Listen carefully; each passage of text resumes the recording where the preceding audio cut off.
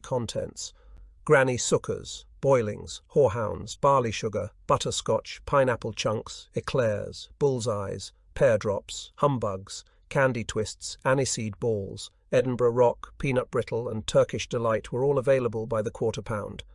They had trays too for us kids, lined with sweets of all colours, shapes and tastes. I usually plumped for liquor ice swirls or sometimes Macallan's Highland toffee, which I could savour and make last for most of the day. As we rattled south on the train, the thoughts of life in Aberdeen were a useful distraction from the tedium. Our uncomfortable journey through blacked-out England seemed to take forever, with numerous unexplained stops and detours into sidings where the train shuddered and clanked to a halt. The country was slowly grinding into action, stretching its sinews and mobilizing for war. Eventually, after a day and a half of constant travelling in freezing and cramped conditions, we arrived at Dover early in the evening. The local Bettys, the wonderful ladies of the Women's Voluntary Service, greeted us with tea to wash down our hardtack rations.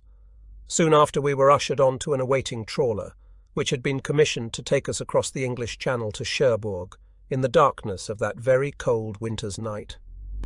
Herded onto the deck, we had only our kit bags to serve as seats. Slowly the trawler edged out of the harbour and into the channel. It was a rough crossing, and my first experience of seasickness. Within an hour the relentless, heavy swell had me, along with many others, hanging over the rails, being violently sick. I decided to move up near the bridge, thinking if I went higher I might not feel as if I were dying. From out of nowhere a hand grasped my shoulder and a voice said, "Here, laddie, get this down you."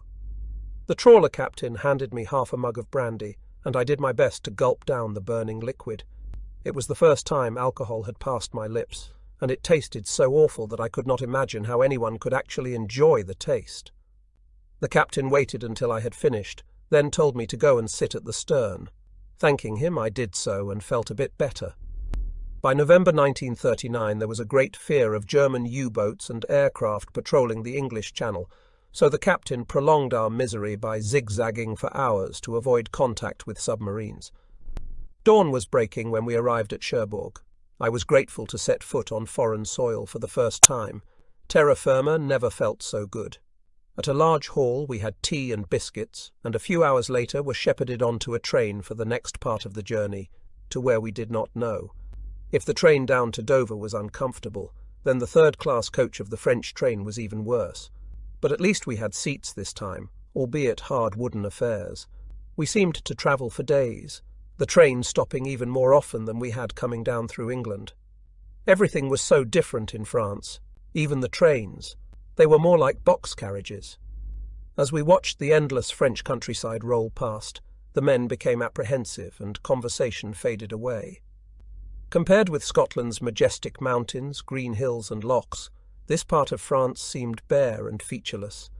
Tired and weary, we finally arrived at a large port city that we were told was Marseille. Billeted overnight in a school hall, we marched the next morning to the harbour and went straight on to a liner that had been converted into a troop ship. It turned out the vessel was the SS Andes, and once at sea we were told it would be taking us all the way to Singapore. I had never expected to travel in my life, and now was setting sail for a distant land, one of those coloured pink on the school map of the world, to indicate that it was ours, a part of the British Empire. Conditions on board the Andes were much better than we had experienced earlier on in the journey. There were about 10 or 12 hammocks to a cabin. For most of us it was the first time we had ever seen hammocks, and they took some getting used to. Getting in and out of them was especially tricky. It made for a few comical efforts, with some of the larger men jumping into their hammocks, spinning around and being spat out onto the floor. But once I got used to it, it was heaven compared with what had gone before. At least the weather was warmer, and as we had set sail from the shores of Europe, an army band on the quayside played the haunting Scottish Jacobite song, "Will You No Come Back Again?" It brought a lump to my throat. Yet we never imagined that so many of us would not be coming back again. We ploughed on into the Mediterranean, accompanied by destroyers and other vessels in convoy, and just as the trawler had across the English Channel, we kept changing course. Our first stop was to be Port Said at the head of the Suez Canal, a 10-day voyage away. During the trip, full army training was in force. The day started with PT, followed by arms drill, then weapons training. Between noon and 2 p.m. we had to rest. In the afternoons, there was more drill and other warfare activities, with a few sessions of boat drill thrown in. This prepared us for abandoning ship. Sirens and whistles would suddenly fill the air, and we had to make our way to the lifeboats, ready them and stand by. It was always a complete shambles. People forgot to bring their life belts, and men would be running all over the place, getting in the wrong positions or ending up with the wrong regiment. I just hoped it never came to the real thing, or we would be in dire straits. Movement about the ship was restricted. You couldn't just go up on deck whenever you pleased. Much like prison, you were let out for a daily constitutional, and, much like prison, there was some homosexual activity too. At first I was shocked by this. It was illegal at the time, and aside from the odd joke, I had never encountered it in Aberdeen. Those who weren't that way inclined were quite open about it. They never bothered the rest of us, and people were fairly tolerant. But we were all starting to get on each other's nerves. My group of 20 were the only Gordon Highlanders on board. There were Argyll and Sutherland Highlanders there too, though in truth they were Lowlanders recruited from Glasgow and around their headquarters at Stirling Castle, and we did not really get on. Rivalries between regiments were common, with much name-calling and ridiculous insults relating to the Gordons' alleged fondness for sheep. Sheer boredom led to a lot of bickering on board, even among ourselves. Tempers frayed and insults flew over the most trivial things, especially in our sleeping quarters where the steel walls amplified every sound or movement. There was plenty of petulant kicking of hammocks and cries of, "Can you not lie still for 5 minutes?" Once we arrived at Port Said, approximately half of the forces on board got a 12-hour pass to go ashore.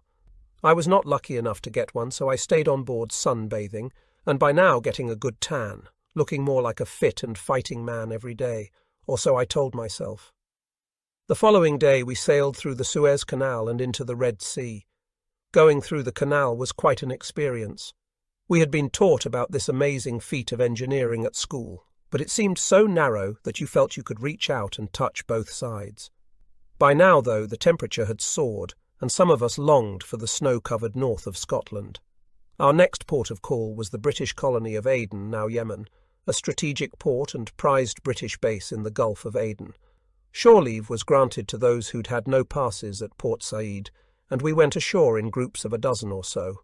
It was a real eye-opener. A lot of the men had only ever seen other white people before. Growing up in Aberdeen with a busy harbour, I would often see different nationalities down at the docks, but I had seen nothing like this. It was an alien world. Hawkers pestered us endlessly, selling watches and other cheap trinkets. The heat was getting to me. Blonde hair, pale skin and blue eyes might have been okay growing up in the cool climes of northern Scotland, but in this heat I really struggled. To my untravelled eyes the locals appeared shifty, and my nose recoiled at the squalid stench of open drains, strange cooking smells and the foreign spices of the place. I was happy to get back to the ship just as soon as I could.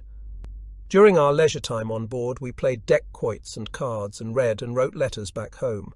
But after Aden life became tenser, there was a lot of activity in the Indian Ocean, and we had a number of musters, fearing that German submarines were operating there. It was the first time that I conceived of any danger and felt under threat. It had all been so unreal up until then. When we arrived safely at Calcutta, the next port of call, I was again granted leave. But I was so repelled by what I saw that I declined to go ashore. It looked a filthy, dirty, poverty-stricken place. Stores were taken on, and the next day we sailed out across the Bay of Bengal and down the west coast of Burma and the Malay Peninsula. Finally, on 22 December 1939, 3 weeks after we had set sail from Marseille, we arrived at our destination, the colony of Singapore. The diamond-shaped island at the tip of the Malay Peninsula was developed by Sir Stamford Raffles in the early 1820s to become the emporium of the East. This trading crossroads was Britain's greatest fortress east of Suez, and a terrific prize for the expansionist Japanese Empire. Protected by huge 15-inch guns that pointed out to sea to deter naval assault, it had become the Gibraltar of the East and was believed to be impregnable. As we pulled into harbour, I went up on deck and marvelled at the sight. The docks were busy with ships and teeming with wiry, brown-skinned coolies, heaving 46 impossibly huge loads onto their backs to unload into the massive warehouses and go down sheds. Behind the sheds, I caught my first glimpse of Singapore's impressive skyline, like nothing I had ever seen before. Squinting into the scorching Singapore sun, I could see rows of white buildings, and dominating them all were the sleek Art Deco lines of the Cathay Building skyscraper, its spire reaching into the cloudless sky. I could not help thinking of the grey granite of old Aberdeen, wreathed in the freezing haar that rolled in off the chilly North Sea. Home was a world away. But this was it, I thought. My new home. It was an exciting and exotic new beginning.